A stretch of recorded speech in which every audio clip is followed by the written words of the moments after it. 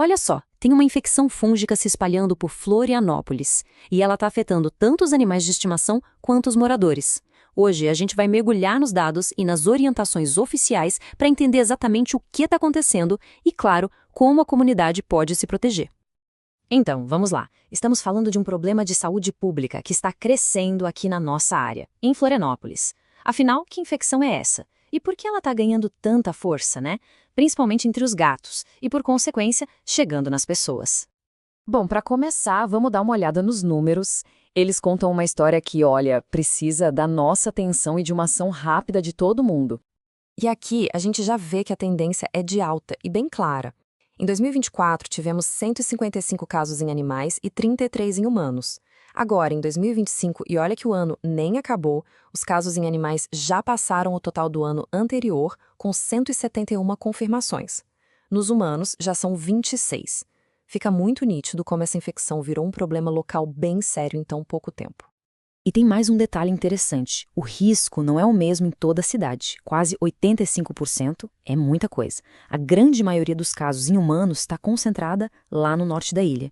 Isso já dá uma pista fundamental sobre onde os esforços de prevenção e de controle precisam ser mais fortes. E se a gente for olhar ainda mais de perto, essa tabela mostra como o surto é bem localizado. A gente vê que alguns centros de saúde específicos, como o dos ingleses, do Rio Vermelho e de Canasvieiras, estão registrando os maiores números. É como se a doença tivesse um CEP, sabe? E conhecer esses locais é o primeiro passo para a saúde pública agir de forma mais eficaz. Certo. Então a gente já viu que o problema é real e está crescendo. Mas afinal de contas, o que é essa tal de esporotricose? Então, a esporotricose não é nenhuma doença nova nem nada super exótico. Na verdade, ela é causada por um fungo do gênero Sporotrix, que vive por aí, na natureza mesmo, na terra, nas plantas, na casca das árvores. É uma micose que atinge tanto os animais quanto nós, seres humanos. Tá, e como é que se pega isso? Para se proteger, a gente precisa entender o caminho do fungo. Basicamente, existem duas formas principais. A primeira é o contato direto com a natureza, tipo se espetar num espinho ou se arranhar numa farpa de madeira que está com o fungo. Mas, hoje em dia, a principal forma de transmissão para as pessoas, a mais comum mesmo, é pelo contato com animais doentes, principalmente arranhões e mordidas de gatos que estão com a infecção. Ok, e depois que a pessoa tem o contato com o fungo, quanto tempo demora para aparecer alguma coisa?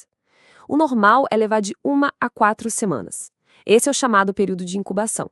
E essa informação é super importante, porque às vezes a pessoa nem lembra mais daquele arranhãozinho que aconteceu semanas atrás, né? Em alguns casos mais raros, pode levar até 6 meses para os sintomas aparecerem. Beleza, já sabemos o que é e como se pega. Mas como é que a gente reconhece os sinais? O que procurar tanto na gente quanto nos animais? A doença pode aparecer de jeitos diferentes. O jeito mais comum é o que chamam de linfocutâneo.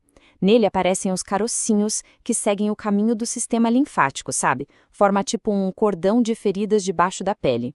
Mas também pode ser uma ferida única, ou em casos bem mais raros e graves, a infecção pode se espalhar e atingir ossos e órgãos. Olha só essa linha do tempo, ela mostra direitinho como a forma mais comum da doença evolui.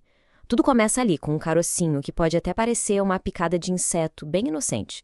Com o passar dos dias e semanas, essa primeira lesão pode virar uma ferida e novos caroços começam a aparecer em fila, seguindo o trajeto no braço ou na perna. Ver essa progressão é um sinal de alerta bem claro.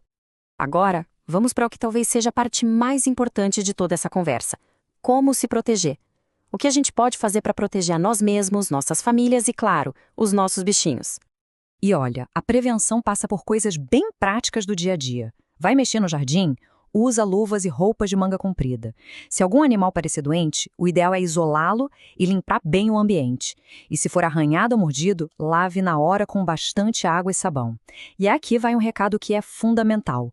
Nunca, em hipótese alguma, abandone um animal doente. A esporotricose tem tratamento, e o abandono só piora a situação, espalhando mais o fungo por aí.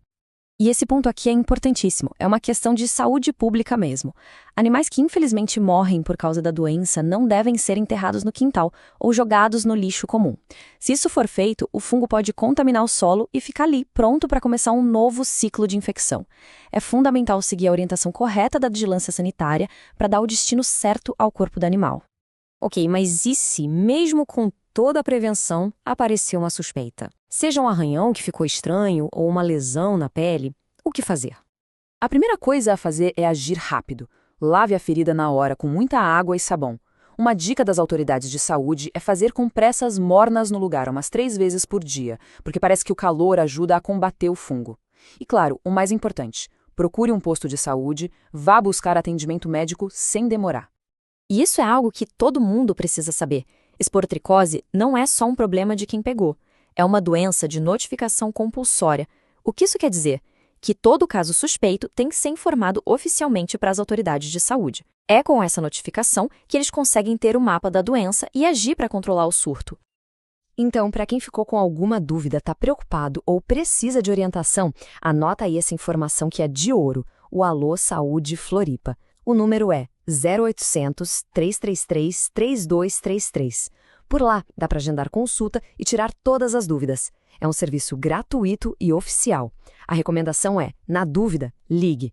E para a gente fechar, fica aqui uma reflexão importante.